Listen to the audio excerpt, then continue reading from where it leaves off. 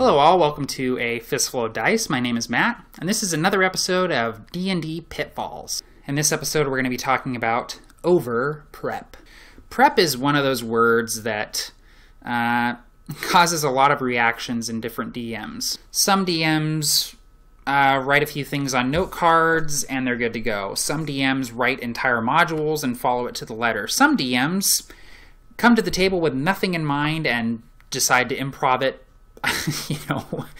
from the start. Whatever your style may be, there is such a thing as over-preparation, and nobody is more guilty of it than new Dungeon Masters. The new Dungeon Master will try to plan for every possible outcome, every possible permutation of every possible solution of every possible conflict or puzzle or confrontation or situation. But all of that prep is not going to serve you in the long run. You know how I prep? I focus on locations, characters, and conflicts. If I have all of those things planned out, the stuff in between, it kind of figures itself out through improv. The absolutely most important thing to remember when prepping is to focus on characters. Focus on your non-player characters and their goals and motivations. Focus on your villain. Focus on 2 or 3 locations that you know the PCs are going to, and try to flesh them out as much as you're fleshing out your non-player characters. When you're developing a non-player character and you're writing down your notes or you're typing out your notes for the session, think about the character's goal. Think about their personality. Are they gruff but lovable? Are they kind but no nonsense? Are they stubborn but loyal? Think about their strengths and weaknesses. Don't just think about what they look like and the funny voice that you're going to have them do. I'm guilty of that.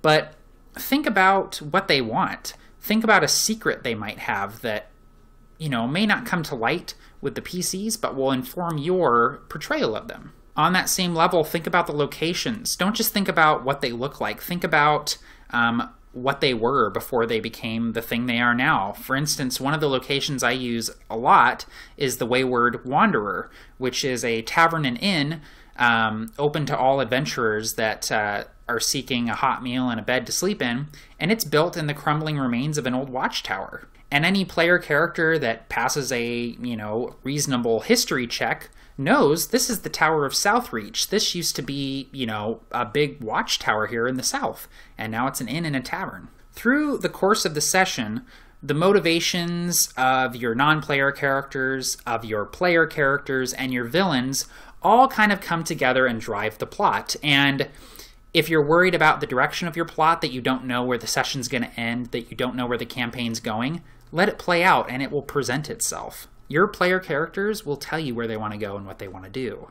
Over-prep is things like writing backstories for every single possible non-player character the players are going to meet. Oh, what if they go in the weapon shop? I need to prepare that NPC. What if they go in this other tavern across town? I need to prepare that NPC.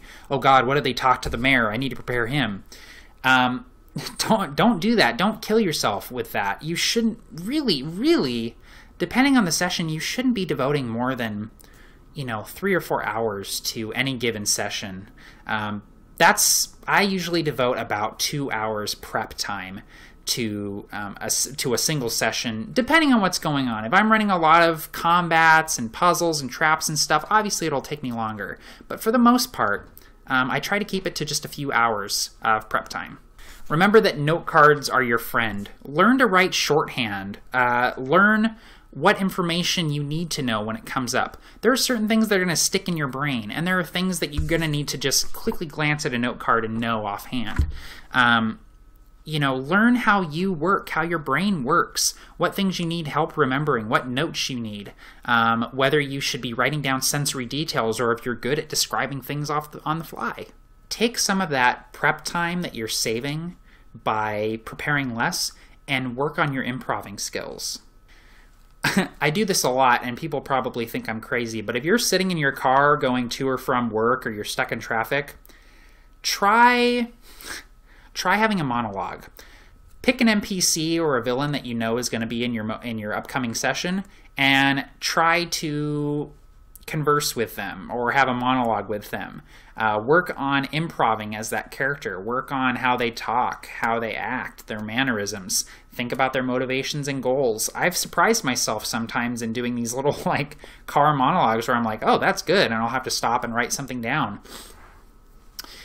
Invest in tools like random roll tables, in inspiration helping tools like Rory's story cubes, things like that. Things that are going to help you to improv on the fly, coming up with NPCs when you need to, coming up with loot locations when you need to. It's an incredibly rewarding experience to improv without your players knowing that you're improving.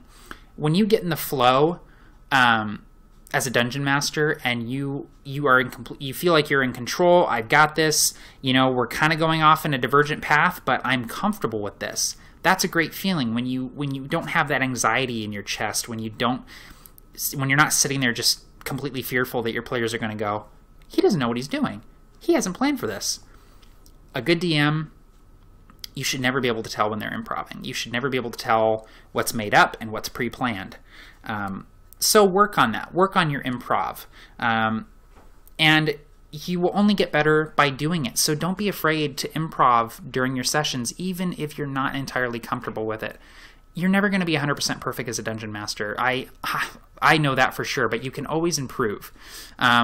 Tabletop Terrors just did a video on progressing through practice. You are never going to progress. You are never going to get better unless you practice. And the best part to practice is to sit at the table with your friends, your D&D group, and run the game. Work on your improv. Work on your NPCs. Stuff that doesn't work, it doesn't work. You're going to shove it off to the side, but you're going to learn tools and skills every session, I guarantee you. So don't over-prep. Don't get overwhelmed. Just remember to have fun. After all, it's only a game. Thanks, guys. That's going to be it for me. Take care, and happy gaming all.